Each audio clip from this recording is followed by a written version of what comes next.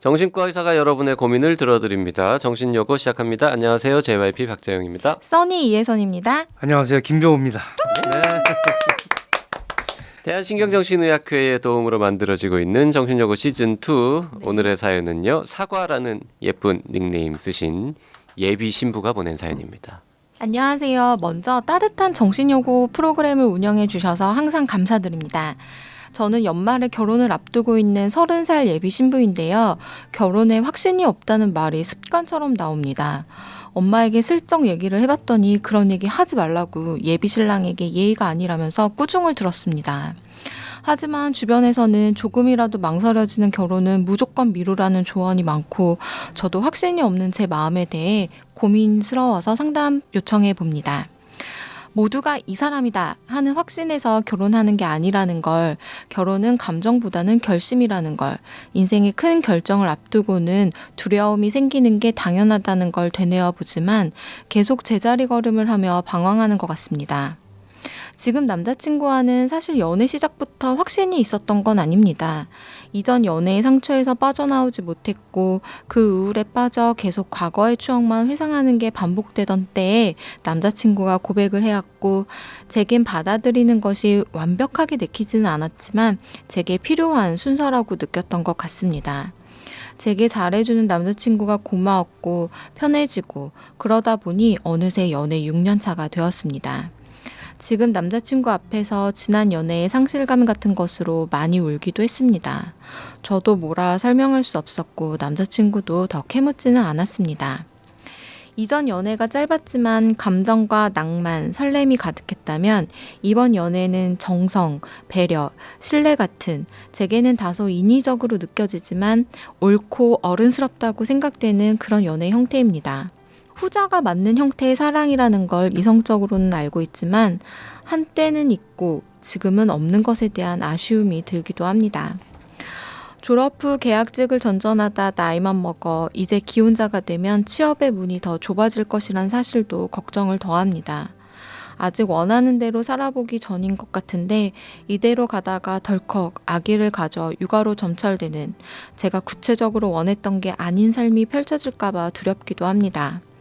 제가 원하는 대로 사는 삶이 항상 옳다고는 할 수 없지만 생각하는 대로 살지 않으면 사는 대로 생각하게 된다는 말이 사라지고 있는 대로 사는 저를 비웃고 있는 것 같기도 합니다. 남자친구는 제가 하고 싶은 건 다 하라고 격려해 줍니다. 다 하고 아기를 갖자는 권유이기도 하고요. 하지만 제 스스로도 제가 어떤 삶을 원하고 있는지 잘 모르겠습니다. 어릴 적에는 막연히 비정형적인 삶, 자유롭고 자연스러운 삶, 창조하는 삶을 바랬던 것 같은데 그리고 이전 연애할 당시엔 그런 거에 대한 충족이나 희망이 있었던 것 같은데 지금 원하는 삶을 떠올려 보라고 하면 그냥 살 수 있는 삶을 살겠다 하는 생각이 듭니다. 어쩔 수 없는 현실에 합리화하고 차선책이나 실현 가능한 것을 택하고 있는 건 아닌지, 스스로 자기 기만을 하고 있는 건 아닌지 자신이 없습니다. 제 주제를 받아들이는 과정이 유독 힘든 걸까요? 자신에 대한 이해가 서툰 30배기가 결혼하고도 주체적인 삶을 잘 살아낼 수 있을까요? 지금까지 그러지 못했더라도 앞으로는 주체적인 선택을 하고 그에 대한 믿음을 갖고 추진할 수 있는 방법이 있을까요? 고민이 정리가 되지 않아 죄송하다는 말씀드리며 읽어주셔서 감사합니다. 네. 이런 분 굉장히 많죠. 많죠. 결혼 직전에. 많죠. 다들 뭐 이런 생각을 어느 정도를 하는데 네. 근데 이분은 사과라고 하신 이분은 본인이 자기가 몰라요. 무슨 삶을 원하는지를. 결혼이 문제가 아니라 어떤 삶을 원하는지 모른다. 본인 자신이 지금 몰라요. 모르고 본인이 어떤 삶을 살아야 되는지에 대한 자기 자신의 어떤 뚜렷한 방향이 없으니까 그래서 흔들리는 거거든요. 네. 외형적인 거 봐가지고는 현재 지금 남편이 될 분, 예비 신랑인 분의 문제점은 거의 없네요. 여기 네. 써 있는 거로 봐서는. 네, 네. 뭐 잘해주고 배려하고 신뢰하고 사실 결혼 조건에서는 이런 거거든요. 감정과 낭만, 설렘이 이거는 연애할 때 있는 것이지 결혼할 때 있는 건 아니에요. 결혼에서는요. 낭만과 설렘은 결혼해서 오래 가야 한 2, 3주 가요. 네? 2, 오래 3주요? 가야지. 2, 3년이 아니고요? 아주 오래 가는 사람이 네. 한 1, 2년 갈 수 있는데 예, 보통은 예. 그 지금 이분은 얼마 안 남았어요. 네, 이 방송 나갈 연말이니까. 때쯤이면 네. 결혼을 이미 했을 수도 있을 것 같은데. 난 결혼 한 게 나을 것 같은데 이분은. 하는 게 옳다? 하는 게 이분은 옳다. 지금 뭐 내가 어떻게 살지를 할지 못할 것 같고 이분은 결혼하고 나서 어떤 삶을 살고 싶은지에 대한 거를 규정하는 게 더 나을 것 같아요. 지금은 제가 볼 때 이 남친구랑 결혼하는 게 괜찮고 이분은 만약에 지금 결혼 안 하잖아요. 그럼 미뤄요. 그리고 이 사람은 헤어져. 그럼 다음 결혼 때 또 이거 할 거예요. 그리고 결국 결혼 못 할 거야. 많아요. 여성들이 요새 결혼에다가 주저하다가 30대 후반 지나가지고 급하게 결혼하는 분들 많거든요. 그러지 말고 지금 30살이라고 그러니까 제가 볼 때는 남자친구의 어떤 결격적인 것이 좀 없거든요. 되게 마음도 깊은 것 같단 말이에요. 철없이 여자친구가 전 남자하고 연애 상실감 얘기해도 다 들어주고 괜찮은 사람 같아요. 모르겠어요. 연애 6년 차인데 아직 계속 사귀었다는 거는 뭔가 괜찮으니까 그랬을 그렇죠. 거 아닙니까? 네. 괜찮을 서로 것 잘 같- 맞고. 난 괜찮을 것 같은데 모르겠어요. 제가 괜찮을 것 같은데 또 결혼해서 어떤 상황이 될지는 모르지만 확률적으로 보면은 꽤 괜찮은 결혼 생활을 할 가능성이 높다라고 추정돼요. 그럼 결혼은 하는 게 좋겠다라고 뭐 조언을 한다고 치고 결혼과 무관하게 내가 어떤 삶을 원하는지 내가 어떤 사람인지를 아직 잘 모르시는 거. 요 네, 문제는 어떻게 접근하면 그거는 좋을까요? 자꾸만 자기가 본인이 생각해야 돼요. 뚜렷하게 만들어야 되는데 지금 얘기를 하는 것도 지금 얘기하는 게 이런 거잖아요. 연애 때는 낭만과 설렘과 감정이 이런 게 있었다면 이 얘기는 제가 볼 때는 그렇게 많은 생각을 안 한 거예요. 그냥 좋았던 마음만 그냥 있었던 거고. 그 당시에 막 열정적인 사랑에 빠졌던 일반적인 얘기를 지금 네, 하고 네, 있는 네. 거거든요. 그러니까 열정적인 사랑이 있을 때 첫 연애할 때 그 열정적인 사랑에 대한 것이 그게 있었는데 지금은 안정적인 남자친구랑 지내니까 그런 거는 좀 별로인 것 같아서 혹시 잘못된 결혼이 아닐까라고 얘기하는 거는 과학적으로 얘기한다면은 그거는 물론 두 번째 남자한테 그럴 수도 있지만 첫 번째 같이는 강렬하게 나올 수가 없어요.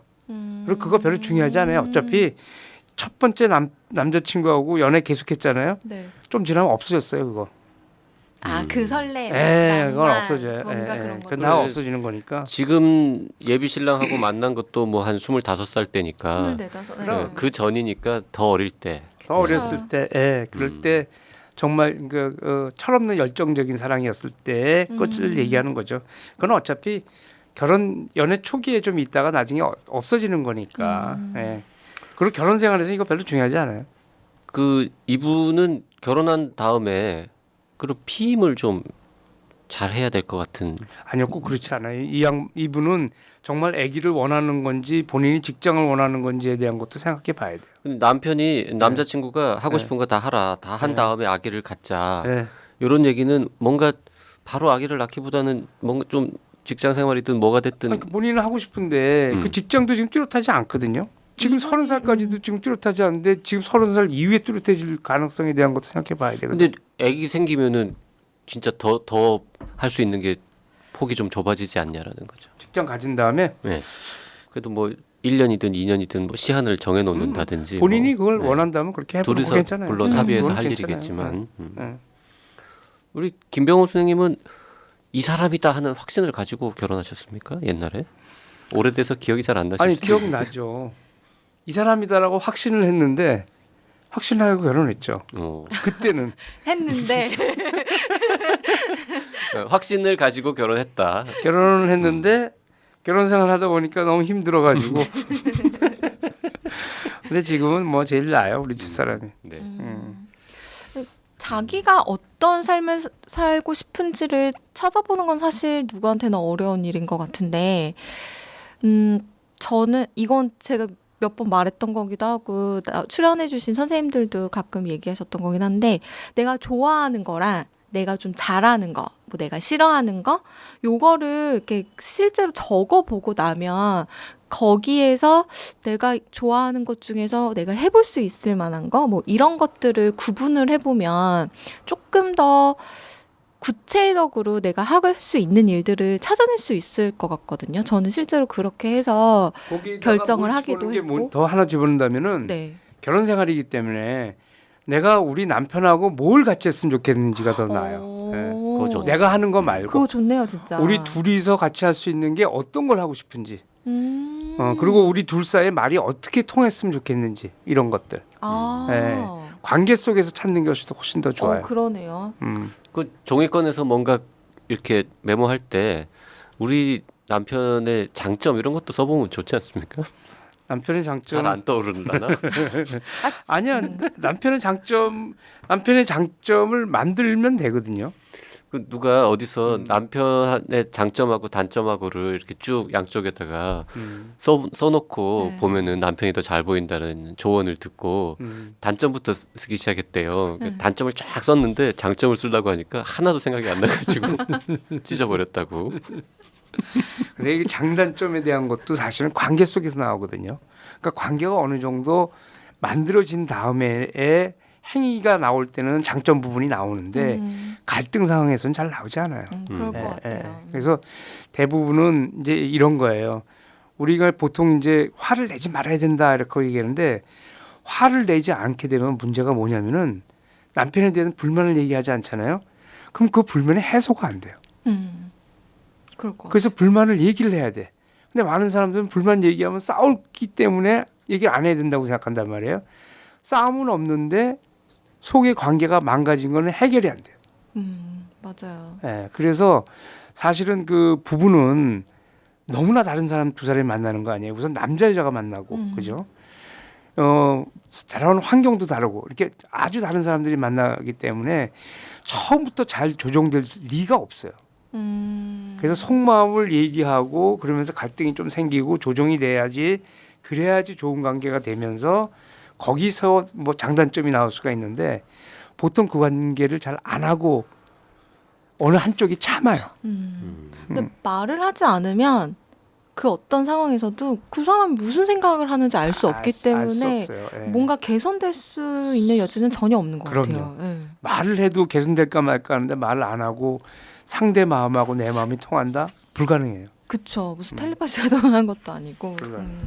자, 사과님, 결혼 축하드리고요. 아마도 지금쯤이면은 결혼식 치르고 신혼여행 뭐 가 계시거나 갔다 오셨거나 그랬을 것 같은데 결혼하신 다음에 또 한번 보내세요. 네. 남편하고 네, 네, 어떤지. 네, 보내시면. 네, 네. 네. 그리고 30살이면 자신에 대한 이해가 서투를 수밖에 없다고 생각합니다. 네. 그래요. 30살이라는 나이 자체가 뭔가 불확실성 그럼요. 이런 게 많을 텐데 결혼이라는 일을 앞두니까 그게 배가가 되어 있는 맞아요. 그런 상황이겠네요. 네.